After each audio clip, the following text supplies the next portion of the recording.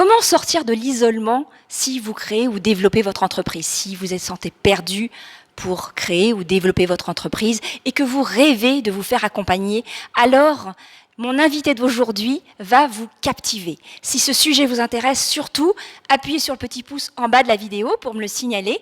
Je suis Marie Bodiguian de la Télé des Entrepreneurs et surtout, si vous n'êtes pas abonné, alors abonnez-vous et appuyez sur la petite clochette en bas pour recevoir tous les jeudis des astuces et des interviews pour vous aider à faire décoller votre entreprise tout en restant aligné à vos valeurs. Alors mon invité aujourd'hui est Dominique Restineau. Il est président de la Chambre de commerce et d'industrie, mais c'est un homme à multicasquettes puisqu'il était entrepreneur déjà à l'âge de 24 ans et que le mentorat et l'accompagnement sont vraiment le leitmotiv de sa vie professionnelle puisqu'il a créé également 3 organismes, Moji, IME et Réseau M, pour mentorer les entrepreneurs en fonction de leurs différents profils. Il est également auteur du livre « Jeunes, créez votre entreprise » et surtout sur le sujet d'aujourd'hui qui nous intéresse, mentorat pour entrepreneurs. Dominique Restineau, bonjour, merci beaucoup d'être là, notre invité de la Télé des Entrepreneurs. Bonjour. Alors, Dominique Restineau, selon vous, en fait, toutes les entreprises devraient être accompagnées. Et pourquoi, à votre avis, l'accompagnement est si important dans le parcours d'un entrepreneur ? Alors oui, je dis souvent que je pense que les entrepreneurs devraient tous être accompagnés à différents stades de leur entreprise, de leur projet de leur entreprise, et également avec différentes formes d'accompagnement, puisque votre sujet sur le mentorat, évidemment, le mentorat est fondamental dans le développement de mon point de vue, mais le conseil est également important, le coaching est également important, le parrainage est également important. Voilà, il y a différentes formes d'accompagnement. Je pense que on est, et un chef d'entreprise va se poser des questions, ce qui est normal. Donc il y a des organisations et des méthodes d'accompagnement, de conseil, de coaching pour aider à trouver des réponses et à avoir des réponses techniques notamment parfois. Et puis il y a également, ce qui pour moi est un enjeu fondamental, c'est la posture de l'entrepreneur, travailler sur soi-même, sa vision, savoir où on veut aller. Et là on est davantage dans la relation mentorale. Voilà, et donc on peut avoir des conseils d'un côté et avec du coaching par exemple, mais une relation mentorale qui est bien spécifique, qui n'est pas du conseil, qui n'est pas du coaching, sur un moyen terme bien évidemment, et qui permet de se poser les bonnes questions. Enfin, c'est tout un cheminement que ça permet d'avoir. Alors donc pour vous, précisément, quelle est votre définition du mentorat ?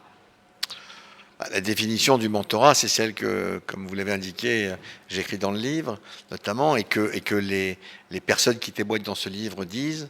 Le mentorat pour entrepreneurs, je parle bien de mentorat pour entrepreneurs, ce sont des entrepreneurs, exclusivement les entrepreneurs, qui sont accompagnés par d'autres entrepreneurs, plus expérimentés, et exclusivement les entrepreneurs.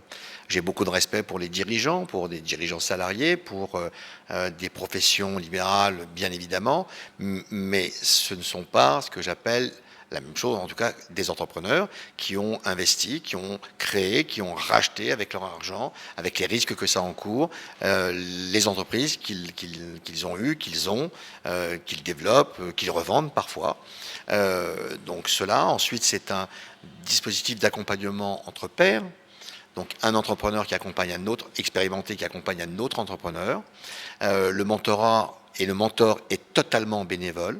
Je dis bien totalement bénévole. Il n'est pas du même secteur d'activité que son mentoré, puisqu'il y a une relation qui doit normalement se construire, c'est là où ça fonctionne, où on ne va pas dire, et nos mentors sont globalement en activité ou en affaires, on ne va pas dire à quelqu'un qui pourrait être son concurrent toutes les idées que nous avons. Donc bien évidemment, il doit comprendre le business, les affaires, la façon de penser et le business de son mentoré, mais pas être du même secteur d'activité. La relation entre un mentor et son mentoré, la relation mentorale est totalement libre, elle est totalement volontaire, elle est totalement confidentielle. Vous avez cité trois organisations, le MOVJ, l'IME et le réseau M. Chacune de ces organisations sont dans la confidentialité et ne savent pas ce que se dit dans leurs rencontres tous les mois le mentor et le mentoré. Ça fait partie de ce process. Ce sont les ingrédients pour créer ce qui pour moi est le socle de la relation mentorale, c'est-à-dire la confiance et la bienveillance, où on va se livrer, où on va dire ce que souvent ils me disent d'ailleurs.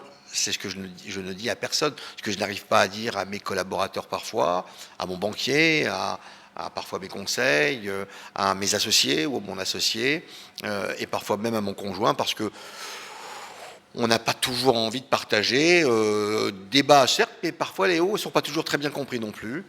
Moi, j'ai eu la chance de vivre pas mal de hauts avec beaucoup de chance. On ne peut pas les partager avec tout le monde. C'est pas toujours évident. Et donc, c'est cette relation qui permet d'aider l'autre à se poser les bonnes questions, à avoir un effet miroir. On est sur le savoir-être entrepreneur et non pas sur de la prestation technique, ce qui fait une grande différence. On ne part pas avec un objectif précis. Là, celui-là, on l'a dans le coaching, où il y a des valeurs qui sont assez proches, hein, bien évidemment. Mais dans la relation mentorale, on sait quand on part, on ne sait pas où on arrive. Par contre, c'est un temps.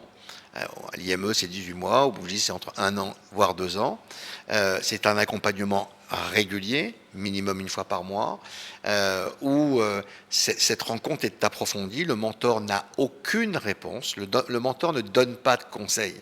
Je sais que c'est très difficile, mais le mentor ne donne pas de conseils. Le mentor n'a aucune réponse. Il n'a que des questions. Bien sûr, c'est difficile, et bon nombre de mentors des organisations que j'ai fondées me disent parfois, c'est quand même pas facile. Bien sûr que parfois, c'est très limite, mais on doit travailler, et les mentors doivent travailler à ne pas apporter de réponse. Ils ne sont pas là pour expliquer comment ils ont fait eux-mêmes à chaque fois qu'il y a une rencontre entre le mentor et le mentoré. Ça n'est pas l'expérience du mentor qui va prôner sur la vie du mentoré. D'ailleurs, je dis souvent, ce que j'entends, on transfère son expérience. Non, on partage une expérience et on transfère un savoir-faire. Mais dans le mentorat pour entrepreneurs, nous ne sommes pas dans le savoir-faire technique. Alors, donc du coup, si cette richesse peut apporter autant aux entrepreneurs, comment expliquez-vous que nous avons en fait que 30% des entrepreneurs qui sont accompagnés et que à côté de ça, on sait que être accompagné permet aux entrepreneurs d'augmenter de 70% leurs chances de pérenniser leur entreprise. Qu'est-ce qui fait que justement, en fait, on n'a pas autant d'entrepreneurs qui se font accompagner que ça, ou même mentorer? Alors, il y a plusieurs questions et plusieurs sujets dans votre question, dans vos questions. Déjà, on peut être accompagné de différentes manières. Oui, je parle de mentorat pour entrepreneurs, mais du parrainage, du coaching, du conseil, et tout ça peut être d'ailleurs presque, je dirais, peut-être pas tout en même temps, mais pas mal en même temps aussi. Tout le monde ne connaît pas le mentorat, et en plus, le mot parfois est un peu galvaudé. Donc il y a une charte que j'ai signée avec l'État en 2013 qui donne le cadre de référence du mentorat pour entrepreneurs en France. J'ai signé avec l'État, avec 2 ministres, pour donner effectivement ce cadre et faire en sorte qu'on ait les bonnes informations autour du mentorat pour entrepreneurs. Que j'ai importé du Québec, c'est pas moi qui l'ai inventé. J'ai découvert le mentorat pour entrepreneurs au Québec il y a 15 ans.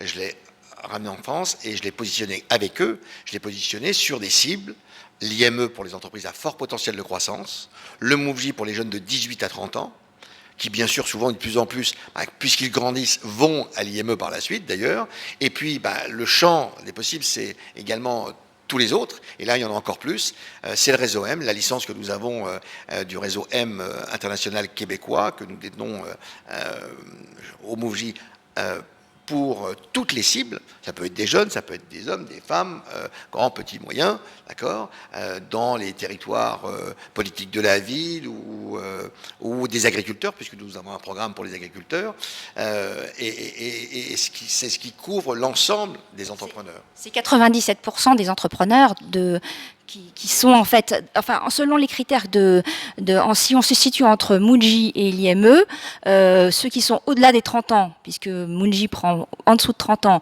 et l'IME prend à partir d'1 million d'euros ou de plus de 20 personnes, on est dans 97% pour réseau M des entrepreneurs. Alors, Oui, autour de l'IME, c'est effectivement ça. C'est minimum de bilan, minimum 1 million d'euros de chiffre d'affaires et minimum 10 salariés, puisque 97% des entreprises ont moins de 20 salariés en France. Mais l'IME accompagne dans l'accélérateur BPI, dans les programmes d'accélérateur pour des entrepreneurs qui réalisent entre 10, 40, 45, 50 millions d'euros de chiffre d'affaires pour les aider à aller plus loin. Nous sommes partenaires de l'accélérateur national de BPI France. Donc oui, on est à 99, ça couvre, les trois organisations couvrent 98-99% des entreprises en France. Ça, c'est du mentorat, mais le conseil et le coaching, ça vient, voilà, il y a une prestation. On rappelle que le mentorat est totalement bénévole et que le mentor ne peut pas investir dans l'entreprise de son mentoré pendant 2 ans après la fin du programme qui dure, comme je l'ai dit tout à l'heure, 1 an, 2 ans, voire 18 mois, enfin 2 ans à peu près. Et donc ça prend du recul par rapport aux décisions qui sont prises. C'est la raison pour laquelle c'est fait comme ça. Donc quels sont les freins aujourd'hui? Pourquoi les entrepreneurs ne vont pas et ne cherchent pas à se faire accompagner? Parce que bon nombre d'entrepreneurs vont créer au départ parfois leur emploi, et ça en fait partie, bien sûr, et donc soit parce que c'est une activité de service, ou soit c'est une activité professionnelle artisanale, d'accord, et donc ils ont un métier, et après ils vont avoir un statut, entrepreneur, URL par exemple, et donc c'est leur métier. Or, c'est la vie du chef d'entreprise. Et je pense que les chefs d'entreprise n'apprennent pas suffisamment et ne prennent pas suffisamment de recul sur ce qu'ils veulent faire et leur posture de chef d'entreprise. Parfois, on a un métier et on le fait à titre individuel, entrepreneur, indépendant. Ce qui est très bien, je respecte énormément, bien évidemment. Mais donc, ils se disent, le menuisier va être menuisier. Or, il y a des entreprises où il va y avoir 50 ou 100 menuisiers. Il n'y en a pas beaucoup, mais il y en a. Voilà, pour développer son entreprise. Je prends ce cas-là parce que c'est un métier manuel, intelligent, magnifique, très beau, métier du bois, superbe. Voilà. Après, il y a des conseils. Il y a l'expert comptable qui va apporter son conseil, qui connaît beaucoup de choses. Il y a un avocat pour telle et telle chose. Pourquoi? Parce que généralement, ils pensent que c'est simple. Or, il faut prendre du recul pour créer une entreprise. Et très souvent, les premières questions, j'en vois beaucoup, bien sûr, de porteurs de projets. Leur vraie question, très souvent au départ, c'est le statut qu'il faut prendre. Or, ça n'est pas le sujet, enfin, c'est un sujet, mais ça n'est pas fondamental. Et pourtant, c'est très souvent leur première question. C'est l'adéquation entre l'homme et son projet, l'homme, la femme, bien sûr, et son projet. Et c'est, je dis souvent, on ne fait que ce qu'on est. Et donc, c'est qu'est-ce que j'ai envie de faire, comment j'ai envie de le faire, et vers où je veux aller. Et c'est à partir de ce moment-là qu'on va aller chercher, si on veut travailler tout seul, en indépendant, on est menuisier. Je prends ce cas-là très simple. Bien, voilà, on va travailler tout seul, on va peut-être avoir un atelier dans son garage et de manière très professionnelle avec des machines qu'on va acheter. On va aller chez son client, on va trouver des clients, du bouche à oreille, on va faire un petit peu de publicité, très bien. Mais si on veut embaucher des gens, si on veut faire telle et telle chose, si on veut avoir des plus grandes utilisations, on va le faire de manière différente. Et c'est les questions qu'il faut se poser en amont. Et c'est qu'est-ce que nous avons envie de faire? C'est ça qui est important. De quelle manière, avec cette posture? Alors, ça veut dire que, en fait, vous pensez que les entrepreneurs qui démarrent en fait leur projet pensent que la force de leur expertise va suffire à. On est encore dans le fait de si je fais du bon travail, ça suffira pour parvenir à m'étendre et à me commercialiser. Tout le monde n'a pas envie de s'étendre, déjà. Quand je dis étendre, ça veut dire exister et développer. Comment dirais-je,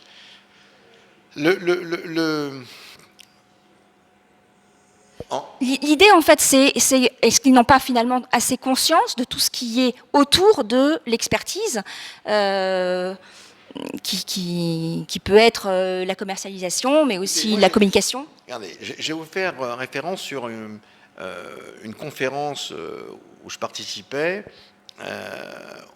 comment dirais-je, au salon de la micro-entreprise, je crois que c'était là.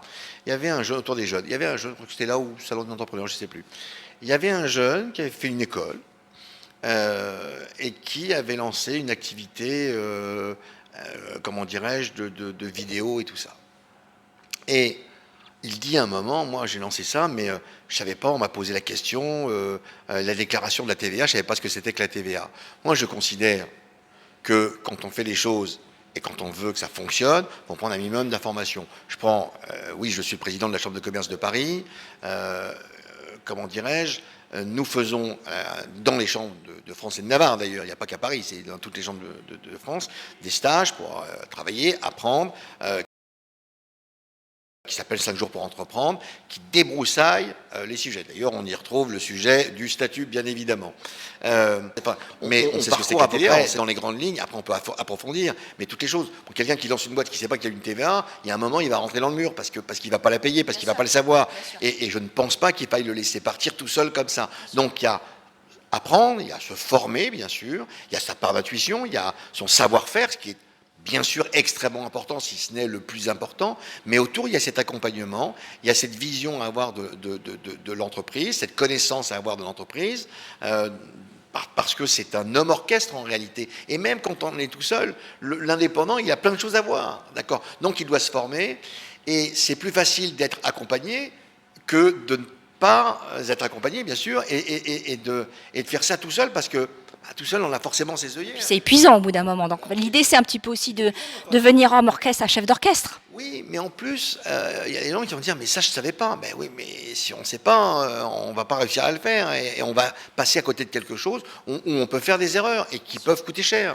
Donc finalement, c'est un petit peu aussi de les aider à être de homme orchestre à chef d'orchestre. Oui, d'une part, mais d'autre part également, à votre question, pourquoi il n'y a que 30%, ce sont à peu près les chiffres, de dirigeants qui sont accompagnés, déjà et qui sont accompagnés, je dirais même, sur la partie anté-création, parce que ça se prépare.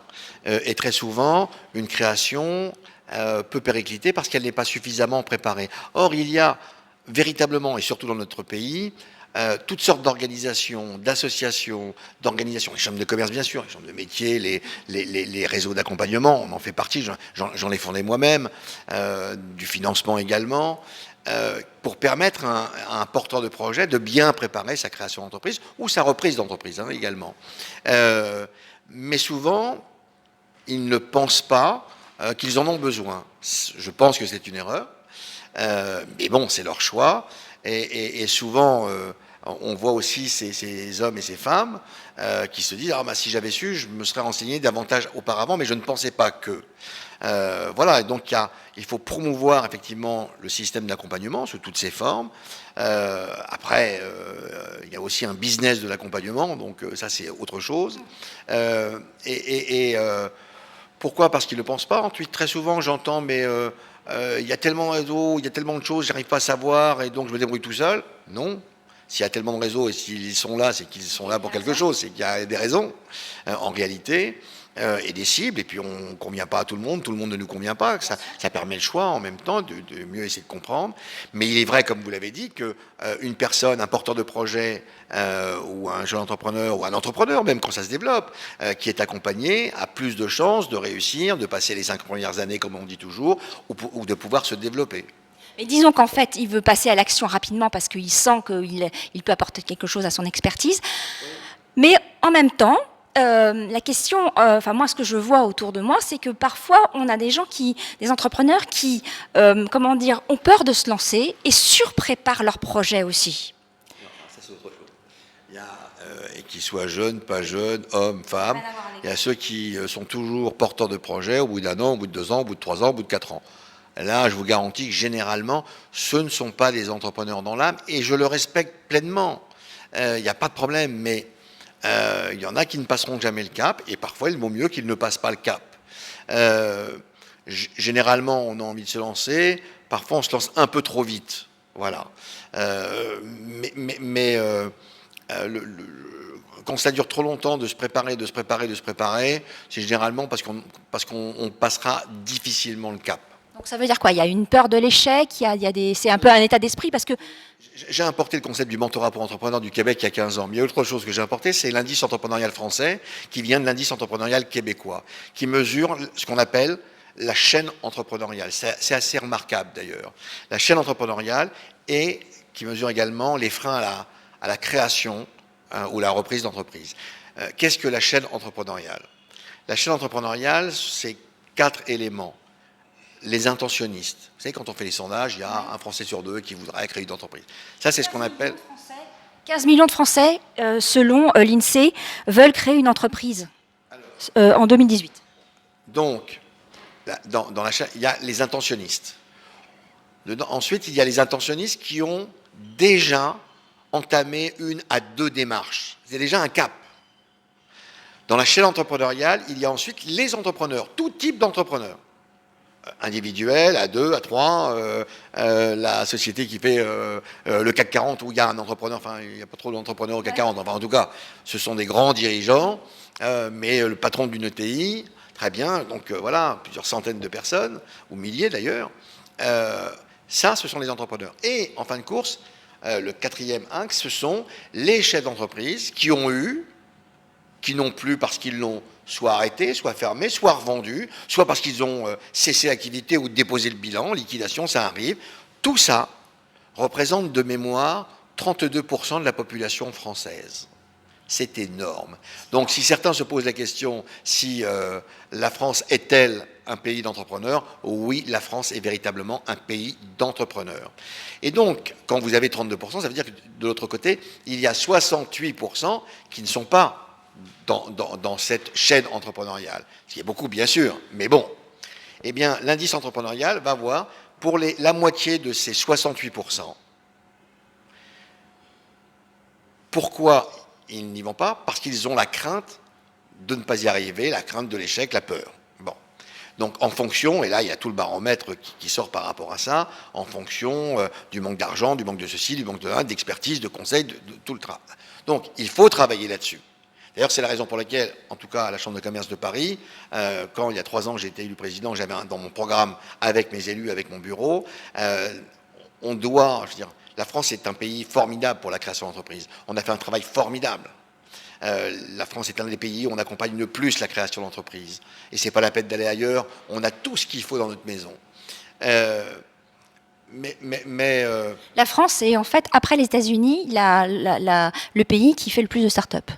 Oui, mais je pense qu'on accompagne plus les entrepreneurs en France. Puis, je vais me permettre une remarque. Il n'y a pas que les start-up. Oui, non, bien sûr. C'est un indice, on va dire. Ça représente combien dans l'univers des entreprises, petites, grandes, moyennes. Voilà, il n'y a pas que les start-up. Bien sûr, et j'accompagne, je fais accompagner Chambre de commerce, mes organisations. Bien sûr, il y en a beaucoup, le MOVI énormément, bien évidemment. Mais il n'y a pas que ça. Et j'ai perdu ce que je voulais vous dire, mais le point... L'indice entrepreneurial. Qui vient de Québec, bien sûr, c'est également de savoir pourquoi ils n'y vont pas. Aujourd'hui, et c'est ce que je voulais vous dire à Chambre de commerce, nous travaillons, et il y a quelques jours, nous avons ici même organisé pour la 3e année consécutive l'événement 24 heures pour rebondir, pour des chefs d'entreprise qui ont eu un échec. Bon. Et j'ai pour habitude de dire, le rebond, puisque ça s'appelle 24 heures pour rebondir, en partenariat avec les organisations, Second Souffle, le portail du rebond et tout ça, le rebondir, c'est le droit à la réussite. Mais je considère, et c'est la raison pour laquelle nous avons ici à la Chambre de commerce, avec les experts comptables et le CIP, le Centre d'information et de prévention des difficultés, organisé également des rencontres de manière totalement anonyme pour des chefs d'entreprise qui rencontrent des difficultés, pour ne pas vivre leurs difficultés et en tout cas arriver dans le mur et se planter, et pour pouvoir les aider de manière totalement confidentielle. Pourquoi? Parce qu'il faut les aider et en plus il faut travailler autrement, et c'est ce que je fais en fin de course avec le rebond. Si on ne s'occupe pas de ceux qui ont tenté, osé et qui ont effectivement vécu un échec, ça peut être une expérience, c'est toujours une expérience, même un échec. Je ne suis pas en train de vous dire comme les Américains, youpi, je me suis planté 3 fois donc je dois être très bon. Je ne partage pas du tout ce point de vue-là. Les chefs d'entreprise, chaque jour, cherchent à ne pas faire d'erreur, cherchent à ne pas se tromper. On cherche tout le temps à ne pas vivre d'échecs, bien évidemment. On essaye tout le temps de colmater pour pas qu'il y ait d'échecs. Et donc, si on veut travailler sur cette notion d'échec, le gouvernement a fait différentes choses, les différents gouvernements, il faut avoir un regard différent là-dessus. Et donc, il faut aussi aider ceux qui ont essayé, tenté, osé, et pour lesquels ça n'a pas marché, de pouvoir rebondir. Et c'est de cette manière-là également, en amont et en aval, qu'on pourra diminuer cette problématique de l'échec qui diminue, je vous avoue, je trouve que ça diminue, mais peut-être, c'est ce que vous avez dit tout à l'heure, dans les familles, dans tout ça, dans l'écosystème entrepreneurial, on commence à comprendre que l'échec, ça fait partie de la vie. Des leçons qu'on apprend. Bien sûr. Alors là, en tant que chef d'entreprise, ben oui, tout chef d'entreprise vit des échecs. Après, ils sont dramatiques ou pas dramatiques. Mais dans la vie encore de tous les jours, Dans l'entourage, en fait, des entrepreneurs. On le vit peut-être pas encore de la bonne manière, mais ça viendra. Et en fait, c'est quand même essentiel, justement, si on a des entrepreneurs qui ne se font pas assez accompagner et qui, de ce fait, se retrouvent dans un entourage, enfin, c'est un petit peu une réussite d'une entreprise, c'est quand même la somme de l'ensemble des jours vécus aussi auprès de personnes qui peuvent éventuellement nous démoraliser ou pas assez nous motiver. Qu'est-ce qu'éventuellement, voilà, vous êtes assez très créatif, qu'est-ce qu'on pourrait faire, en fait? Je crois. Alors, très souvent, quand on est porteur d'un projet, là, je vais reprendre à la base, porteur de projet, oui. Et par exemple, à la Chambre de commerce, dans les stages 5 jours pour entreprendre, on vous dira toujours, il faut que vous soyez et que vous ayez le hockey de votre entourage familial, du conjoint et tout ça, parce que si vous faites ça contre, ça ne marche pas. Il y a un investissement très important en temps, en mobilisation. On rêve sa boîte du matin au soir quand on crée une entreprise. Et c'est bien. Si vous n'êtes pas en harmonie avec votre famille, votre conjoint, ça peut poser un problème. C'est une passion, quand même, quelque part. On doit être un petit peu... Ou alors vraiment, il faut aimer ce qu'on fait, quand même. Donc c'est déjà avant tout gagner leur vie, oui. D'accord. Après, je sais qu'il y a les grands mots, la passion, changer le monde. J'entends tout ça. J'entends tout ça. Ouais. Mais vous êtes sceptique? Non, il y a des projets, il y a des entreprises qui changent, oui, oui. Bien sûr. Mais changer leur monde, au moins. Bah, c'est déjà pas mal de changer son monde. Voilà, c'est déjà pas mal. Après, changer le monde, oui. Il y a des sujets, il y a des entreprises qui ont changé le monde. Je ne suis pas sûr qu'il y ait 3 500 000 entreprises qui aient changé le monde en France. Non, mais même au niveau local, de toute façon. Donc, bien sûr. Ce que je suis en train de vous demander, c'est est-ce que finalement, quelque part, quand on a dans l'esprit la notion de contribution, même à un tout petit niveau, on n'a pas comment dire, on dépasse un petit peu, et ou sa peur de l'échec, ou on va dire, on peut entraîner éventuellement son entourage. Quelle est votre vision? Non, dans la réussite. Oui, mais c'est bien, mais déjà c'est de s'entraîner soi-même dans la réussite, et puis qu'est-ce que la réussite en réalité? Juste de pouvoir mener son petit bonhomme de chemin, tranquillement. Oui. Alors ça sera peut-être des questions un peu plus philosophiques, voilà. Mais les entrepreneurs peuvent être aussi philosophes. En tout cas, la nouvelle génération. Quand je dis la nouvelle génération, je crois que vous aimez à travers votre chaîne de télévision parler des 50. Je crois qu'il y a ce retour au sens des choses. Et on le voit, et je le vois au Bougie, c'est des centaines de jeunes entrepreneurs que nous faisons accompagner. Et c'est ça qui est enthousiasmant. Alors, je dis retrouver du sens, eux, ils le trouvent tout simplement à leur âge. Je pense qu'il y a de très belles choses. On peut regarder ces très belles choses, que cette jeune génération imagine des choses avec du sens. En tout cas, c'est la vie pour bon nombre qu'ils souhaitent avoir. Des personnes, des femmes, des hommes à 50 ans ont envie, je dirais, d'avoir un changement, de parfois sortir du salariat, parce que très longtemps, ils ont eu des idées, mais jamais ils se sont autorisés à penser, à créer ou à reprendre une activité. Il y a tellement de choses à faire, tellement de choses qui sont belles. Moi je découvre tous les jours, je suis baigné dans cet écosystème entrepreneurial français, mais le nombre de fois où je vois des choses merveilleuses. Merci beaucoup, Dominique Restino. J'ai juste une question supplémentaire. À votre avis, il y a un entrepreneur, alors déjà, non, deux choses en fait. Quelles sont les bonnes questions qu'un entrepreneur doit se poser pour savoir s'il doit se faire accompagner? Je vous ai dit en début d'entretien, moi je pense que tout entrepreneur devrait être accompagné sous différentes formes. Mais quelles sont les questions dans la gestion au quotidien? Où il se pose des questions, il n'a pas forcément la réponse. Alors après, ce qui est difficile, c'est qu'on va chercher une réponse là, là ou là. Mais une réponse, elle rentre dans un contexte. Elle rentre dans une philosophie d'entreprise, dans une culture d'entreprise. Et c'est la raison pour laquelle le mentorat, on est sur le savoir-être, sur ce qu'on pense, sur la vision que nous avons, et que on est dans la durée et dans le temps, et on creuse. Apporter une réponse Technique, juste à un moment donné. voilà, ça peut apparemment apporter une certaine solution, mais on peut regarder les choses de plusieurs manières. Le point qui est important, le mentor est là pour aider dans le mentorat, et pour aider l'autre, son mentoré, à se poser les bonnes questions, à ouvrir les champs du possible. On a tous oui, je vais dire des œillères, tous, moi-même le premier. Et donc, je dis souvent, on s'enrichit principalement de la différence. J'entends des gens qui disent « Ah, je ne veux pas parler de mon projet parce qu'on va me piquer mon idée ». Moi, j'ai des prix, j'ai des concours, le Grand Prix Mouv'J national, et je participe à plein de prix. Mais le nombre de projets tous les ans au Mouv'J, il y a des tendances de fond où je vois des gens qui sont d'un côté et de l'autre de la France, qui ne se connaissent pas du tout et qui ont des projets, on a l'impression que c'est le même projet.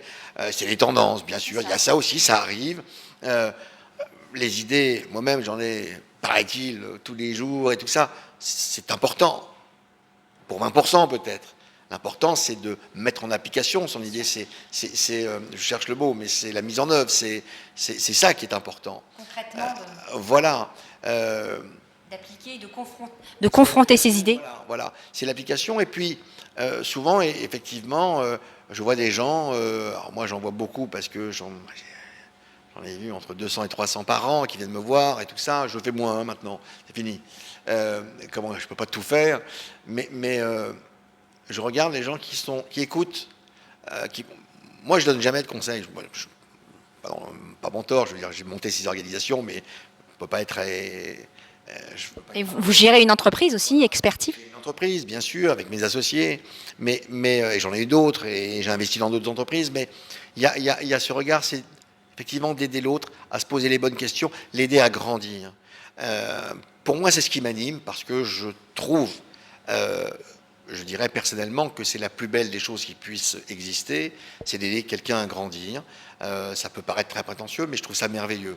Mais on grandit soi-même aussi. Bien sûr, vous savez, le nombre de mentors que j'ai intégrés dans les programmes que nous avons disent « je ne sais pas ce que je lui apporte, mais je sais ce que mon mentoré m'apporte ». Bien sûr qu'ils repensent eux-mêmes, voilà, c'est absolument bénévole, mais c'est extrêmement enrichissant. Et puis, ce qu'il faut également, c'est qu'on soit dans cette démarche où la discussion, je dis souvent, on s'enrichit principalement de la différence. Et d'ailleurs, la différence, vous l'avez bien sûr sur des points de vue, mais vous les avez entre les hommes et les femmes, vous l'avez dans les différentes cultures, vous l'avez avec des gens qui ne sont pas comme tout le monde, avec des gens qui ont un handicap, des gens qui sont migrants. Moi, j'ai moi-même, avec la Chambre de commerce de Paris, accepté d'animer le club Paris Une Chance, les entreprises s'engagent, parce que l'activité par l'emploi, on peut regarder les choses autrement, et notamment recruter autrement, qui est un des sujets majeurs dans notre pays aujourd'hui, et depuis longtemps d'ailleurs, mais regarder autrement. Je pense qu'il fait bon d'être ouvert à l'autre, en tout cas, et ce sont les valeurs qu'on trouve au mentorat. C'est ça qui est fondamental. C'est ce qui me passionne. Là, si j'ai une passion, c'est celle-ci, oui, bien sûr. Ça se sent, c'est très bien. Mais c'est ma famille. Là, c'est pour le mentorat, bien sûr. Bravo, merci beaucoup, Dominique Restineau. Est-ce que vous auriez quelque chose à rajouter, peut-être pour Non, on a fait le tour de la question. Oui, soyez accompagnés parce que ça permet non pas forcément d'aller plus vite, mais d'approfondir, d'ouvrir les champs du possible, de savoir, et surtout de pouvoir être et avancer de manière plus sereine. Et la vie n'est pas dans le fleuve tranquille, la vie de l'entreprise et du chef d'entreprise non plus. Il y a des hauts, il y a des bas, et il y a des gens qui parfois travaillent avec vous, qui dépendent aussi un peu de vous parfois, d'accord, et donc c'est une responsabilité, c'est ce que j'appelle la responsabilité sociale d'une entreprise. C'est le chef d'entreprise qui emmène avec lui des hommes et des femmes, des salariés, des actionnaires, des clients, des fournisseurs. C'est une communauté entrepreneuriale, mais c'est une merveilleuse chose. Une belle aventure. Une belle aventure humaine. Merci beaucoup, Dominique Restineau. Maintenant, c'est à vous. Parmi les idées et les bons conseils que nous a donné Dominique Restineau, quelle est celle que vous allez pouvoir mettre en application tout de suite? Est-ce que vous êtes décidé aujourd'hui à allez vous faire accompagner pour pouvoir enfin prendre du recul, prendre des décisions autrement? Alors répondez en dessous de cette vidéo, et pendant que vous serez sur le site, alors profitez-en pour télécharger la formation gratuite « Comment déclencher des décisions d'achat grâce au marketing émotionnel, au neuromarketing ». C'est une autre façon aussi de vous accompagner gratuitement dans votre chemin et dans votre parcours d'entrepreneur. Si vous avez aimé cette vidéo, alors likez, partagez et surtout abonnez-vous pour recevoir tous les jeudis des astuces et d'autres interviews de personnes si remarquables que l'on reçoit sur la télé des entrepreneurs. Merci beaucoup de votre attention, de votre temps, de votre confiance et je vous retrouve dans une prochaine chronique. À très vite.